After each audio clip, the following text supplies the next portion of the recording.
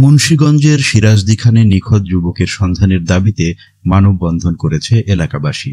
মানববন্ধন শেষে সিরাজদিখান থানায় হামলা চালিয়ে সহকারী পুলিশ সুপারের কার্যালয় ভাঙচুর ও পুলিশের গাড়িসহ 4টি গাড়ি ভাঙচুর করা হয়েছে। বুধবার সকালে নিখোঁজ যুবক রোমানের সন্ধানের দাবিতে সিরাজদিখান থানা সংলগ্ন বাজার এলাকায় মানববন্ধন ও বিক্ষোভ করে নিখোঁজের স্বজন ও এলাকাবাসী। পরে মানববন্ধন শেষে থানায় হামলা করে থানার বিভিন্ন কক্ষের সরঞ্জাম ও সহকারী পুলিশ সুপারের জানালার থাই গ্লাস ভাঙচুর করে। এছাড়া থানার মাঠে থাকা পুলিশের গাড়িসহ 4টি গাড়ি ভাঙচুর করে বিক্ষুব্ধরা।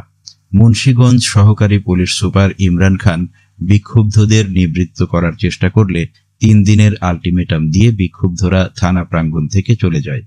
গত 21শে জানুয়ারি দুপুরবেলা থেকে আর কি নিখোঁজ হয়। তো ওর বন্ধু বান্ধব যারা ছিল তারা সবাই মিলে আমরা খোঁজাখুঁজি করছি সারাদিন সারা রাত, ওর আমরা পাই নাই খুঁজা।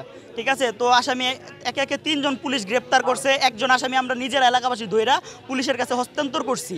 করার পরে ওই আসামিদের কাছে মোবাইল পাওয়া গেছে রোমানের। আর যে অটোটা চালাইতো রোমান 9ম শ্রেণীর ছাত্র ছিল, আর ও গাড়ি চালাইতো পাশাপাশি ওর মানে ফ্যামিলির জন্য। যাই হোক, যার বাসা থেকে মানে এটা ধরা হয়েছে, অটোটা উদ্ধার করা হয়েছে, তাদের কাউরাই গ্রেপ্তার করে নাই থানা থেকে। কারণ তাদের বাসায় যখন অটো পাওয়া গেছে, মোবাইলটা পাওয়া গেছে, তাহলে আসামিরা বললো না কেন রোমানকে কোথায় রাখা হয়েছে? পুলিশকে যখন ভোগান্তি হলো বললো যে ওনারা নাকি তাকে ভোগান্তি করা হলো, তাহলে তার এটার ব্যাপারে কোনো করলো না কি কারণে? যখন তাদের আশায় আমরা স্বরাষ্ট্র উপদেষ্টার কাছে যাবো, তাতেও কাজ না হলে আমরা ঢাকা প্রেস ক্লাবে বিক্ষোভ করবো, তাতেও কাজ না হলে আমরা ঢাকা মহাসড়ক অবরোধ দিব। এই বলে